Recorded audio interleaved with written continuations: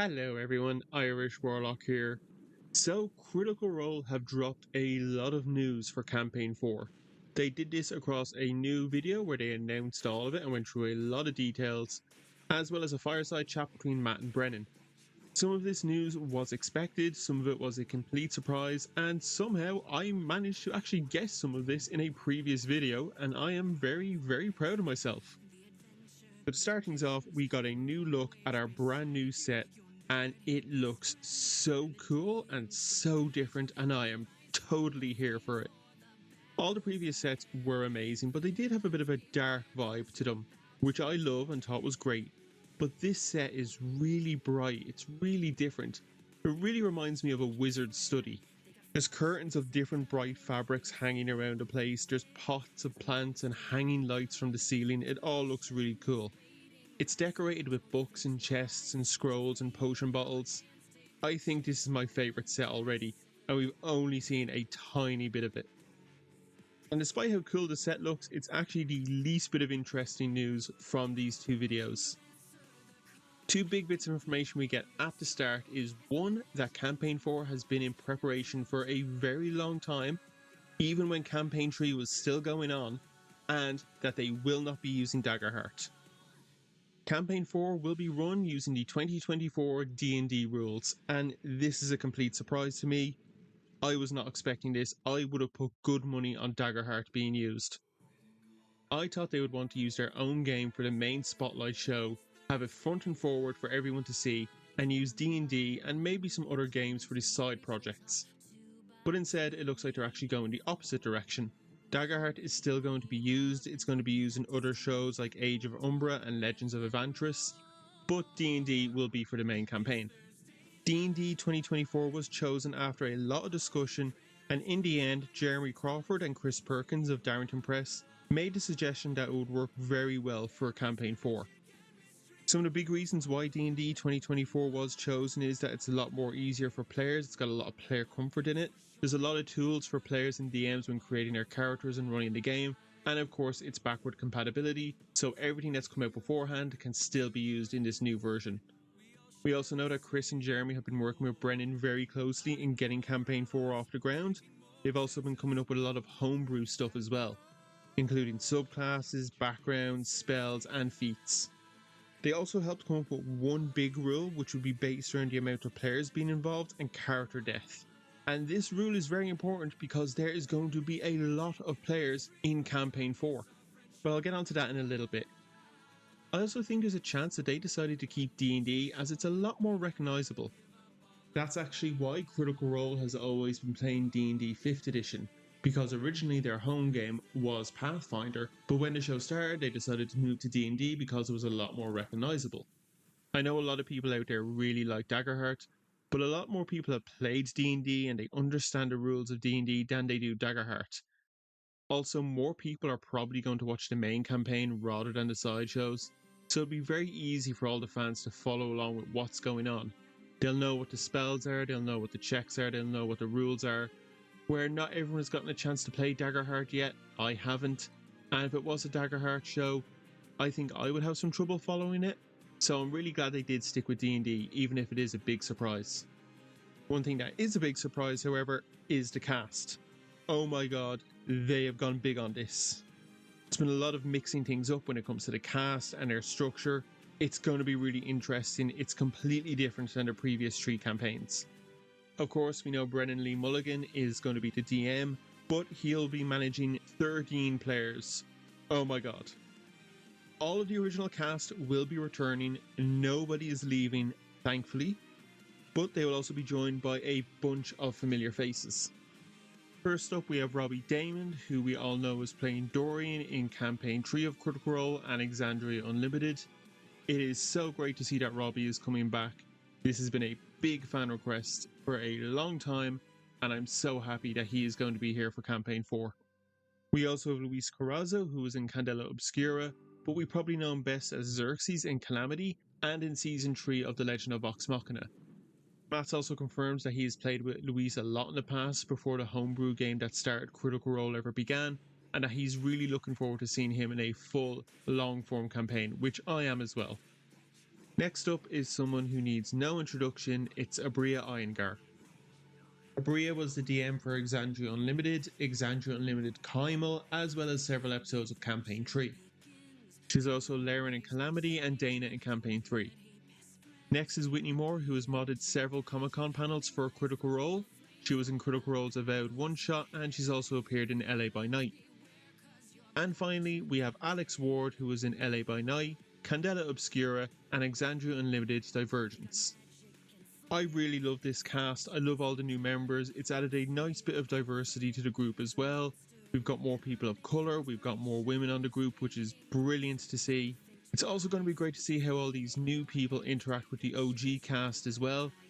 I wonder how they're all going to be mixed up with each other and how they're all going to bounce off and work with each other. You can always see over the 3 campaigns, certain players just work well together. Not that any of them work badly with each other, they just work a little bit better with other people. You know, like the way Sam and Liam or Sam and Travis just work really well together. I'm going to be interested to see what other little cliques form within these groups, and then how those change when the groups even mix themselves up further down the line as well. Now obviously, we're not going to get all 13 people sitting at the table at the exact same time. That's just not feasible. We do know we're probably going to get it at the start of the campaign, and maybe a few other times as well, possibly at the end. That would make a lot of sense. Campaign 4 is going to be a West Marches style game, with all 13 players being broken down into 3 groups, where each group will take turns playing for a couple of sessions before the next group is cycled in, and all of the adventures we'll see will be happening at the same time. The first 4 episodes will see all 13 players playing together. We don't know how they're going to mix and match it, maybe they'll mix and match it up as the episodes go along. You know, the first hour or 2 will be some people, then some people will leave and some other people will come in, or maybe the entire group will swap around. Maybe they'll swap around at breaks, maybe they'll swap around at each episode. But odds are, from what we've seen in some shots, at the last episode, all 13 will be together. I imagine it's only going to be for a little bit, like an hour or so. This will be to get all 13 players / characters on the same page, and to decide why this much larger group should split down into more smaller groups and go off in their own directions on their own smaller adventures.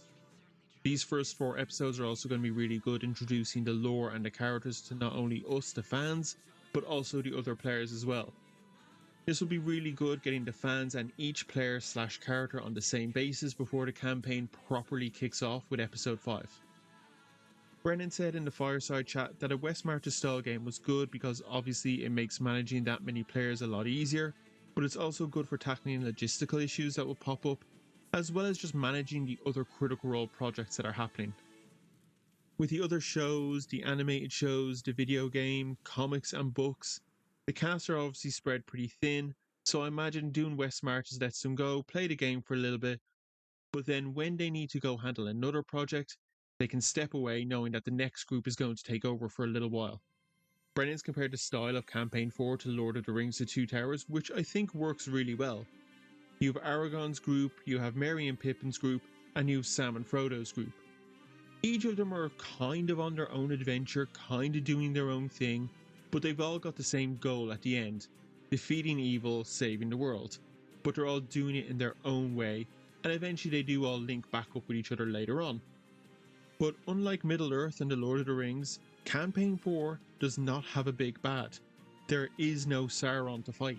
Campaign 4 is taking things in a different direction with a different strategy. There's a lot of small bad guys for the players to face off against, but the players will choose who they want to focus on, who they want to make their big bad, or their temporary big bad. There's no one like Vecna or Thordak threatening the world who everyone has to band together to stop. It's all being handled a little bit differently, and I really like this. I think what Brennan is going for, rather than having a big bad who's threatening the world that the party needs to stop, it's more about how they affect the world, how the world is going to change by their own choices, both big and small. I imagine that when we eventually get to the end of Campaign 4, we're going to look back, see what the world state was like in Episode 1, and see how much has changed, how much it's evolved because of the players' choices and their actions. Now, I've mentioned that the players will be tackling all of these adventures and all of these small bad guys in 3 groups. And Brennan says he's broken down these groups based on the player style that the players wanted to tackle. And he's come to call these groups the soldiers, the seekers, and the schemers. The soldiers will be in a game that's going to be a bit more of a traditional D&D idea. It's going to be very combat heavy and combat driven. While the Seekers will be a group that will focus heavily on lore and magic, they'll be looking at the big universal problems to tackle and will be asking and answering a lot of the big lore questions. And then finally we're going to have the Schemers, who are all about intrigue, skullduggery and espionage. This group will be facing off the enemies who live among us, those who have power but we don't see it. I'm really interested to see what these groups are going to be like, who's going to be in what group and who's going to be playing what in each group. I really hope that the groups don't also fall into an archetype when it comes to their classes. You know, like the soldier group is all fighters, paladins and barbarians, while the schemer group is just a bunch of rogues. I hope there's a good bit of a healthy mix of classes. We also know that the groups are going to cross over with each other as time progresses, and that they're going to mix it up a little bit as well. So while we will see 3 groups exploring this new world, they won't be the same 3 groups forever. Eventually, at some point, some members will swap over with other groups, and then we'll get to see a new ad hoc party explore this world. And this world is called Araman. This is a world where there is a growing darkness following a revolution against a group of beings known as Shapers, beings that were the lords of creation, the gods of this world. The world of Araman and this story for Campaign 4 is one that focuses on the relationship between the divine and the mortals. This is similar to what we saw in Exandria, but unlike in Exandria, Brennan said that a specific choice made by the gods has taken this world in a different direction. In Exandria, where the gods were a bit more benevolent and put their mortals forward, here the gods went a different way and put themselves first. The gods were rigid in their ways and refused to allow change, and when this became too much for the mortals of the world, many of them, but not all of them, banded together and cut their gods down. It's been 7 decades since this has happened, and people are now used to it. No gods is just part of the world, and it's the norm. But there has been some drawbacks as well. Magic has gone a bit screwy and it doesn't work properly. It's gone all chaotic. Clerics are also having to look at a different way to access their domains. They can't use the gods as middlemen anymore. While warlocks and druids are far more common, and the concept of reincarnation is creeping up, because what happens to the dead when there's no gods to bring them to an afterlife? Brennan has described the world of Araman as one that has had to hit the ground running. It's not like Exandria that could start on a small scale and then grow out bigger and bigger. It has to start off big, and I'm really interested in seeing what that world is. I honestly cannot wait. I'm going to be honest, Critical Role kind of burnt me out a while ago. I kind of lost interest in Campaign 3 and I'm making my way back through it. I've only got about 25 or so episodes to finish off, but I'm really excited for Campaign 4.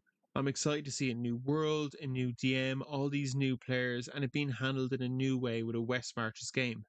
October 2nd cannot come soon enough because I cannot wait to see this. Hey guys, I hope you liked that video, and if you did, do give it a like and a comment because it'd be greatly appreciated. You can check out similar videos as well on the channel, and of course you can subscribe to the channel to stay up to date on all content going forward, and check me out on TikTok and on Medium as well. And I'll see you next time.